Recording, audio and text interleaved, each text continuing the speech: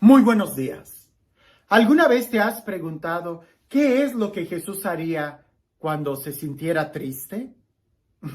Usualmente nunca pensamos que Jesús también experimentó la tristeza. Y por supuesto que la experimentó, pues Él es un humano igual que tú, igual que yo, excepto en el pecado. La diferencia, y creo que es importante que nosotros podamos distinguir esto, es que tristeza no es lo mismo que depresión. Ahí sí estoy de acuerdo. Jesús nunca experimentó la depresión porque su vida tenía un propósito. Pero sí experimentó la tristeza. Y lo sabemos porque, por ejemplo, cuando Jesús lloró por la muerte de Lázaro, sabemos que también Jesús experimentó una especie de coraje o de celo interior cuando expulsó a los vendedores del templo. Sabemos, por ejemplo, que también Jesús experimentó miedo o una especie de angustia cuando estaba orando en el huerto de los olivos, cuando le dice a Dios, si es posible, aparta de mí este cáliz, pero que no se haga mi voluntad, sino la tuya. Es decir, Jesús era un humano y hay que verlo humano, de carne y hueso, como tú y como yo. Y creo que esta pregunta es muy válida. ¿Qué haría Jesús cuando empezaba a sentir tristeza? Digo, hemos visto a Jesús que lleno de gozo exclama al Padre, ¿verdad? Alabanzas, ¿verdad? Te alabo, Padre, porque has ocultado estas cosas a sabios y entendidos. Dice el texto que Jesús lleno de alegría. Pues sí, si experimentaba la alegría, también experimentaba la tristeza. Pero ¿qué haría Jesús cuando experimentaba la tristeza? Escuchemos con atención el Evangelio el día de hoy. Como te lo he dicho en otros momentos, en los detalles es donde se nos va a facilitar aplicar esos detalles a nuestra vida diaria. Conocemos ya el mensaje general del Evangelio, pero no es solamente intelectual, hay que tratar de aplicarlo a nuestra vida. Dice así el Evangelio. En aquel tiempo, al enterarse Jesús de la muerte de Juan el Bautista, subió a una barca y se dirigió a un lugar apartado y solitario. Al saberlo, la gente lo siguió por tierra desde los pueblos. Cuando Jesús desembarcó, vio aquella muchedumbre, se compadeció de ella y curó a los enfermos. Como ya se hacía tarde, se acercaron sus discípulos a decirle, estamos en despoblado y empieza a oscurecer. Despide a la gente para que vaya a los caseríos y compren algo de comer. Pero Jesús les replicó, no hace falta que vayan, denles ustedes de comer.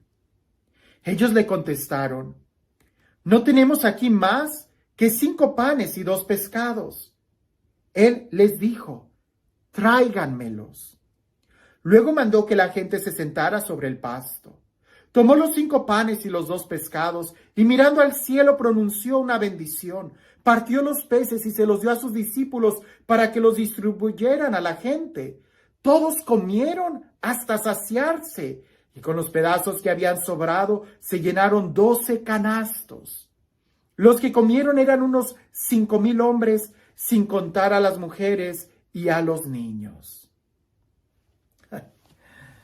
Seguramente el día de hoy, si escuchas otras reflexiones del Evangelio, se van a enfocar en la multiplicación de los panes. Y seguramente van a decir cosas muy hermosas, ¿verdad? Puedes ver otros videos y yo he reflexionado sobre la importancia de ponerle incluso nuestra pobreza a los pies de Jesús y Él va a multiplicar todas las cosas que tengamos. La necesidad de ser obedientes, pero quiero volver a la reflexión inicial. ¿Qué hacer cuando experimentamos tristeza? Jesús se entera de la muerte de Juan el Bautista, y Juan el Bautista no era cualquier persona para Jesús. Juan el Bautista era aquel profeta que Jesús escuchó muchas veces. Era aquel profeta al cual Jesús se acercó para recibir un bautismo de conversión. Juan el Bautista era aquel profeta que al bautizar a Jesús fue el momento en donde el cielo se abrió y bajó una paloma, bajó el Espíritu Santo en forma de paloma sobre Jesús. Juan el Bautista fue aquel que señaló a Jesús diciendo, Él es el Cordero de Dios. Es decir, Juan el Bautista fue el precursor de Jesús, el primo de Jesús, y ya desde el vientre de la madre, Juan el Bautista brincó de gozo al escuchar el saludo de María. Es decir, sabemos que la relación que tenía Juan el Bautista y Jesús era estrecha. Es completamente normal que Jesús se haya sentido un poco triste al saber que había muerto. Y eso no significa falta de fe. Falta de fe es cuando ya entras a la depresión, cuando te ensimismas en ti mismo y no sales de ahí. Lo he dicho en otras ocasiones. Se vale llorar por la muerte de un ser querido. Por supuesto, Jesús mismo lloró por la muerte de Lázaro. Se vale llorar. Lo que no se vale es permanecer en el llanto como Magdalena. A eso no se vale. Porque cuando tú lloras mucho por la muerte de un ser querido, llega un momento en donde no queda claro en qué momento dejaste de llorar por el ser querido y empezaste a llorar por ti mismo. Porque a veces nos enfocamos tanto en nosotros mismos que ya no le lloramos al ser querido, sino a cuán miserable yo soy ahora que no lo tengo. Pues ya no estás pensando en el ser querido, sino en ti. ¿Qué hizo Jesús cuando se enteró de la muerte de Juan el Bautista? Buscaba un lugar solitario. ¿Para qué? ¿Para ensimismarse? ¿Porque no quería oír a nadie? ¿Porque se iba a entrar en una depresión? No, para nada. Y lo digo con toda la firmeza. Él buscaba un lugar solitario para abrir más su corazón a Dios. ¿Y por qué estoy seguro de esto? Sí, la Sagrada Escritura nos dice en muchas ocasiones que Jesús buscaba lugares solitarios para orar al Padre. Ya fuera en la madrugada o muy avanzada la noche, vemos a Jesús buscando la oración. Incluso cuando sentía la angustia de la muerte, un día antes de la crucifixión, vemos a Jesús que entra en oración en el huerto de los olivos. Se aleja incluso un poco de los discípulos para orar a solas. Este no era la excepción. Buscaba un lugar solitario para orar, para abrir más su corazón, porque la tristeza suele hacer que te encierres. Y Jesús lo que quiere es abrir su corazón.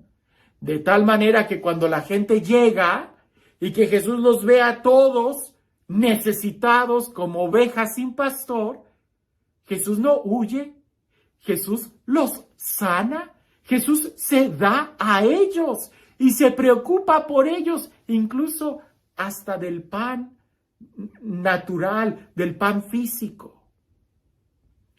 La mejor forma de salir de la depresión es orando y ayudando a los demás. Ten la seguridad que allá afuera hay alguien que te necesita. Ten la seguridad que allá afuera hay alguien que está esperando por ti. Quizás no una multitud como la de Jesús, pero hay gente que te necesita, que necesita una mano, que necesita una palabra, que necesita que lo acompañes.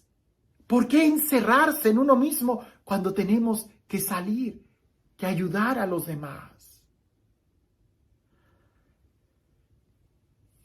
Voy a contar una historia ahorita, siempre la digo después de la bendición, pero esta historia es muy hermosa.